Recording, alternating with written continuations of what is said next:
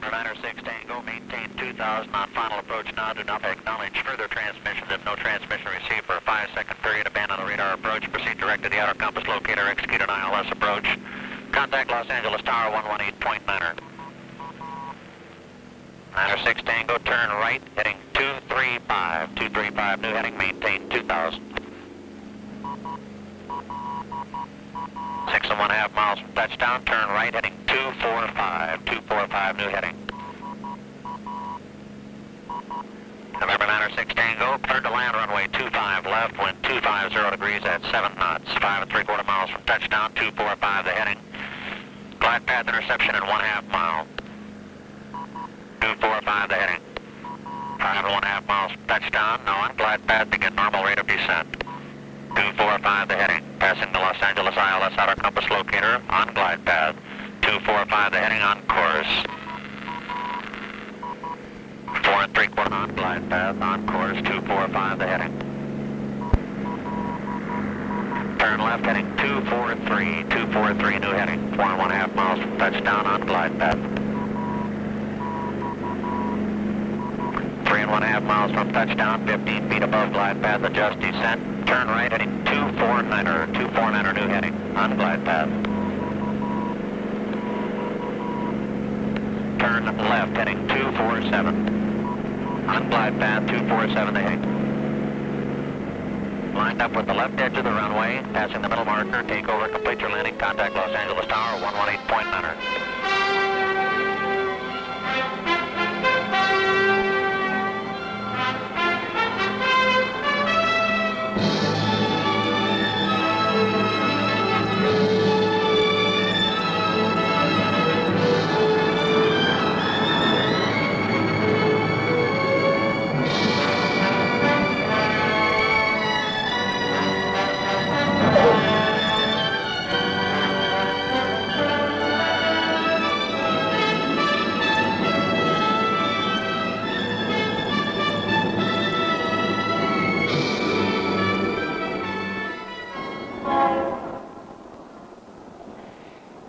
An airport is busy, fascinating. Excited people hurrying to travel to far-off places. The hustle and bustle of planes arriving and departing. 88, Los Angeles ground, call 190 for taxi. But in the background, there's a kind of drama enacted here that few people ever see. It holds a fascination all its own.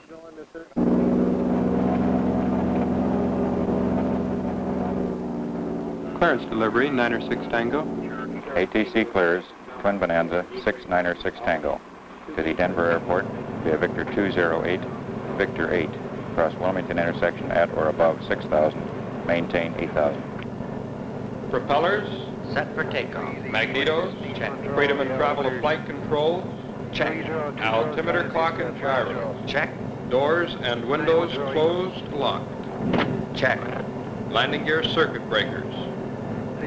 Check. Fuel boost on. Check. Okay, we're ready to roll. Los Angeles Tower, 906 Tango is ready. 906 Tango, Los Angeles Tower, runway 25 left, cleared for takeoff. Contact departure control 124.3 after takeoff.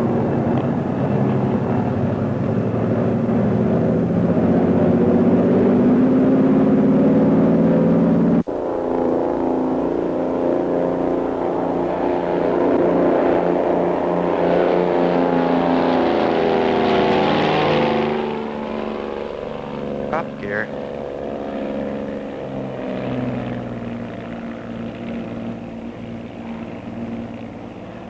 Los Angeles departure control, Twin Bonanza 6906 Tango's airborne 25 left. Twin Bonanza 906 Tango, Los Angeles departure control, radar contact crossing the shoreline.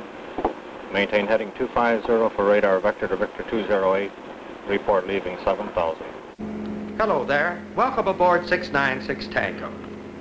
Your co-pilot, I'm happy to say, is my son, Jim. I think maybe, Jim, this might be a good time to tell just what's happening here in the cabin. As you can see, we're flying through heavy overcast. We can't see more than a few yards, so we now have to use our instruments to tell us where we are and what the aircraft is doing. This sort of instrument flight is necessary anytime visual reference is lost. This loss of vision can be caused by haze, bad weather, or even just a dark night. The instruments are controlling our flight path automatically, but it's still the pilot's responsibility to program the autopilot, monitor the instruments, and be prepared to take over manually. We are also being tracked and assisted by men on the ground using radar. 906 Tango's out of 7,000. Twin Bonanza 906 Tango, Roger. Your position 6 miles west of Wilmington intersection. Contact Los Angeles Center, radar 126.0 now.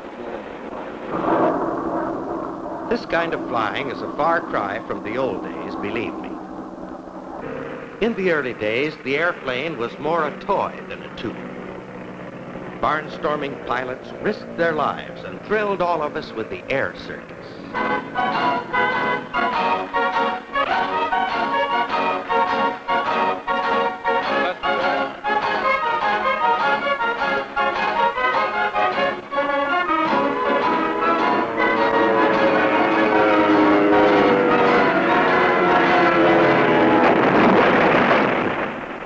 Early-day pilots flew entirely by their senses. Sight, balance, direction. Seat of the pants flying, they called it. And they were good at it. There wasn't much they couldn't do with an airplane except fly in the clouds.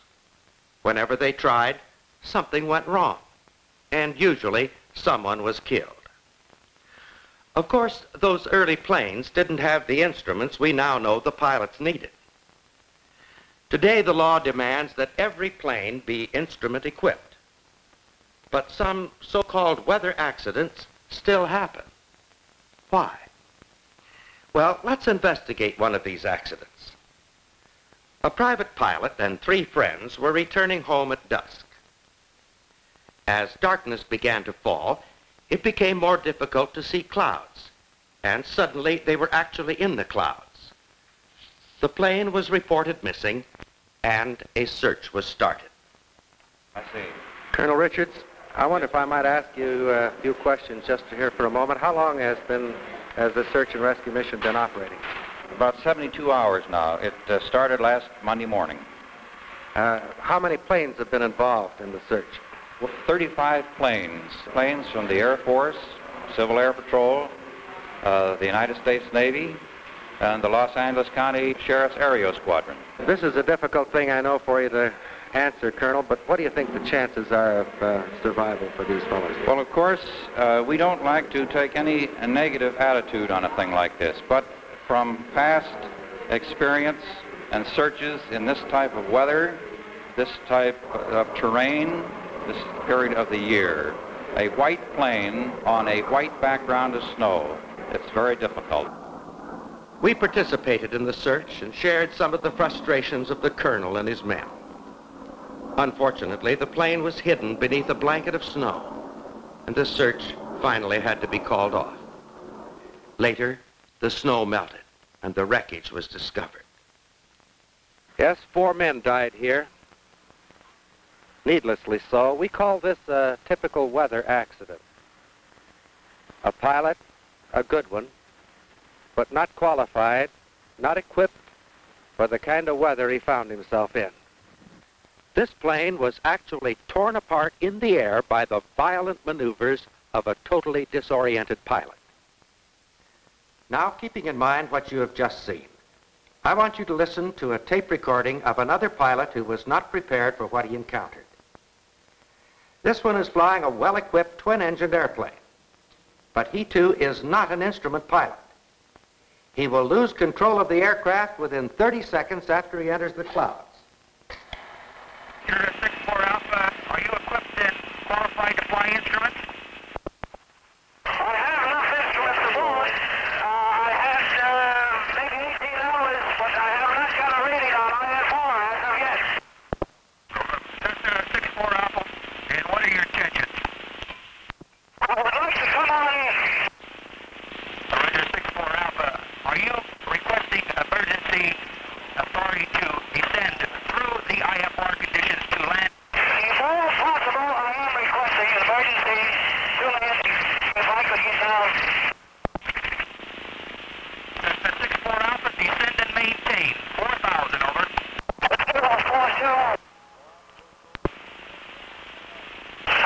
difficulty, having difficulty, Major. 6-4 Alpha, make an immediate level off Cessna 6-4 Alpha. Cessna 6-4 Alpha, if you are in a spin, release your controls.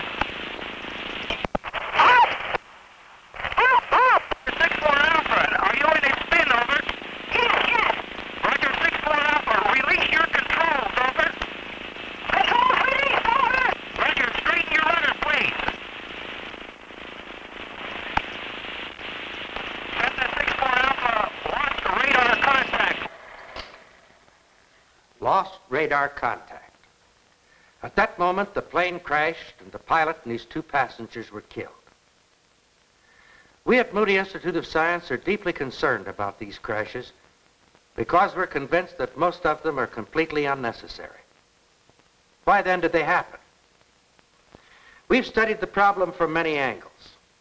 Modern aircraft and instrument design, the nature of the so-called graveyard spiral, and the many human factors involved. We have a growing conviction that the most basic part of the problem is a widespread misconception concerning the human balance mechanism.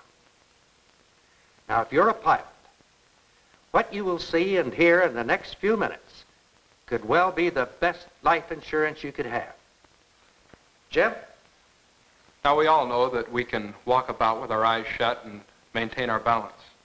But did you know that a pilot can't fly with his eyes shut?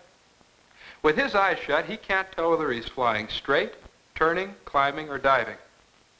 Oh, and I know there are some that won't agree with that statement. Many feel that all that we need to maintain our balance is the inner ear sense. But this can be a very dangerous misconception. The subject for our demonstration is a gymnast.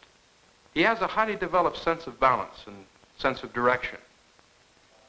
We're going to blindfold Don so that he will have to rely on just the information coming from his inner ears to try and tell us what's happening. Are you ready? Yes. I'm turning to the right. I'm turning to the right. I'm turning to the right. I'm turning to the right. Still turning to the right. Now I'm slowing down. I've begun to slow down. Slowing down. Slowing down. Slower. I've stopped. I'm stopped. Are you sure? Yes. Now I'm turning to the left, and this time faster. I'm turning to the left. Are you dizzy? No. All right, take off blindfold. Oh boy, now I am dizzy. Look at those eyes. While Don's eyes were covered, without even knowing it, he lost contact with reality. The instant the blindfold was removed, there was a conflict between what he felt and what he saw that was so deep-seated that the mind simply could not resolve it, and the subject is incapacitated for some time. A careful look at the balance mechanism within the ear will show us why. The organ is made up of 3 interconnected canals, and it's filled with a fluid. This is a model of just one canal. We use the red ball so that you can tell when the fluid is moving. This represents a sensing hair, and there are thousands of these. Even a slight motion disturbs the sensors. As we start a turn, the fluid momentarily lags due to its inertia. The sensors bend, and turning cues are transmitted to the brain. But this is where the pilot can get into real trouble. Notice that the fluid is catching up with the canal. And when the speed of the fluid and the speed of the canal are the same, the sensing hairs are erect, and we think we're stopped. Now stop the canal, and the fluid rushes on, bending the sensors in the opposite direction. And we think we're turning the other way, even though we're not turning at all. Obviously, our sense of balance must involve something more than just the inner ear, and it does. Our balance is made up of 3 senses: the inner ear, vision, and the proprioceptive sense, or the sense of movement and position coming from within the body. The inner ear, then, is just one part of an integrated system. And as we have seen, it can't function properly by itself. To be able to fly, a pilot must have a visual reference that will override the false sensations coming from his other senses. The instrument pilot has this visual override. He can see because he has the instruments, which for him provide an even more precise reference than another pilot would have flying in clear weather. Now, it is true that all pilots have and at times use instruments in flight. But some have the mistaken idea that this makes them instrument pilots. The thing they don't realize is that when flying in clear air, even though they're concentrating on the instruments, their visual override is coming from outside the airplane. Remember the pilot involved in that first crash? He had been practicing instrument flight for some time. Listen to the words of the second pilot. I had maybe 18 hours, but I have not got a rating on IFR as of yet. Before a pilot can fly solely by reference to instruments, he has to develop a unique skill that will allow the instruments to become a substitute for the normal visual reference. And he has to have a faith in those instruments that becomes a way of life. If he feels like he's turning and the instruments tell him he's flying straight, he believes the instruments. And then his vision overrides the false sensations so that he isn't even conscious of them. This allows him to fly with complete safety in conditions that would kill the non-instrument pilot. All airline and military pilots are instrument pilots, and they're flying all over the world in all kinds of weather with the highest degree of safety. If we could expect any man to be an exception to the rules regarding instrument flight, it would be one of the astronauts. Mentally and physically, they are the finest. Let's see what astronaut John Glenn has to say about instrument flight. Well, we run into the same disorientation problems in space flight from the operations of the inner ear that any private pilot runs into in normal everyday flying. What we found is that we have to rely on our instruments, have complete faith in them, just as a private pilot must come up to the time when he makes his decision when he's going into bad weather, whether he relies on his own senses or whether he switches over and relies on the instruments. We've learned, of course, through many years of experience, that we must have faith in our instruments. Colonel, it's interesting to hear you mention faith. There are some today who feel that faith is old-fashioned and that somehow scientific knowledge has made faith unnecessary. Is this your experience? No, quite the opposite, I think. I think faith is even more necessary today than it's ever been. We have faith in the instruments. We have faith in the forces that are working the compass that we can't see or feel. We have faith in it, and we've both staked our lives many times on it. Over the past years, we have used 96 Tango to photograph subjects which, without a plane, would be most difficult, such as these ancient ruins of Tikal deep in the jungles of Guatemala, or this work in the Arctic, or here in Africa. We've flown in bad weather in nearly every country of the world. Going left, turn right 5 degrees. So well above the glide path. Passing through the southeast gap at the present time. You're well clear of high ground. Hong Kong Tower, 696 Tango, clearance. ATC clears 696 Tango to Taipei via green 8, red 3. Our experience has been that instrument flying is reliable, trustworthy, and safe. Of course, there are a few places in the world where air traffic control just isn't available. We're now flying into one of them, the heart of the vast Libyan desert. We're hundreds of miles from civilization searching for a ghost bomber, a plane that has come out of the past to tell an unforgettable story of the need for faith in the instruments. There she is now, the mystery ship, the Lady Be Good. Discovery of the Lady Be Good triggered one of the most baffling investigations in military history. Air Force records revealed that the plane and her crew had disappeared on their first combat mission.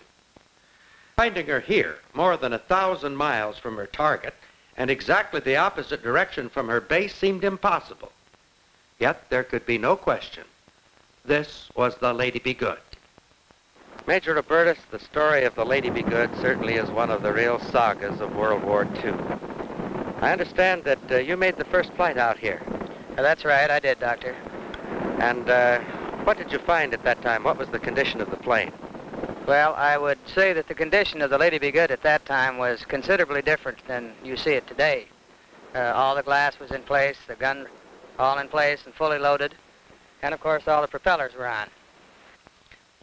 It was known that the Lady had reached the target area near Naples and had headed for her base at Benghazi low on fuel. For 17 years, it was assumed that the plane ran out of fuel somewhere over the Mediterranean. Finding a plane that had been low on fuel 442 miles past her base was puzzling indeed. But the fate of the crew became an even greater mystery. From the condition of the wreckage, it was determined that the crew had bailed out just before the crash. But then they seemed to have vanished without a trace. Finally, after more than a year, the bailout point was discovered. This parachute harness was discarded by a member of the crew. The exposed edges were cut by sharp blowing sand. The rest looks practically new. This empty flare shell was found on the desert. Lieutenant Waravka's body was discovered nearby. Perhaps he was the fortunate one. His chute failed to open. But what about the other men? It was felt they could not have gotten far. Daytime temperatures were at least 135 to 140 degrees. The experts said they couldn't have walked more than 50 miles. Purely by accident, 5 bodies were finally discovered here, an incredible 78 miles from the bailout point. Let me read from a diary found beside one of the bodies. Thursday the 8th. Hit sand dunes, very miserable. Continuous blowing of sand. Everyone now very weak. Thought Sam and Moore were all done. Lamott's eyes are gone. Everyone else's eyes are bad. And on Friday the 9th, Shelley, Rip, Moore separate and try to go for help. Rest of us all very weak. It seems impossible that 3 men could have struggled on, but they did. Sergeant Ripslinger, referred to as Rip in the diary, fought on another 26 miles. Sergeant Shelley made it to this point. He had walked 114 miles. The body of Sergeant Moore has not yet been discovered. How far he got, we may never know. What quirk of fate was it that could have lured these men so far past their base and to their death in the desert? That night, as they returned from Naples, it seemed the crew had barely settled down for the long trip home when the instruments began acting strangely. The ADF needle swung around, indicating they had passed their base. Why, they weren't due home for hours. The crew was faced with a most difficult decision. They wanted to trust their instruments, but logic told them they must be wrong. They must be damaged, or maybe the enemy was sending out a decoy. They couldn't be home yet, so they continued on. The moment they lost faith in their instruments, their only hope was to spot the beacon light at Benghazi. So the pilot descended beneath the clouds, and everyone started looking for a light they would never see. It was already many miles behind them. You see, there was another logical explanation for what happened that night. One that agreed perfectly with the instruments. At their particular altitude, they could have encountered an unusually high tailwind, which sent them whizzing past their base hours ahead of schedule.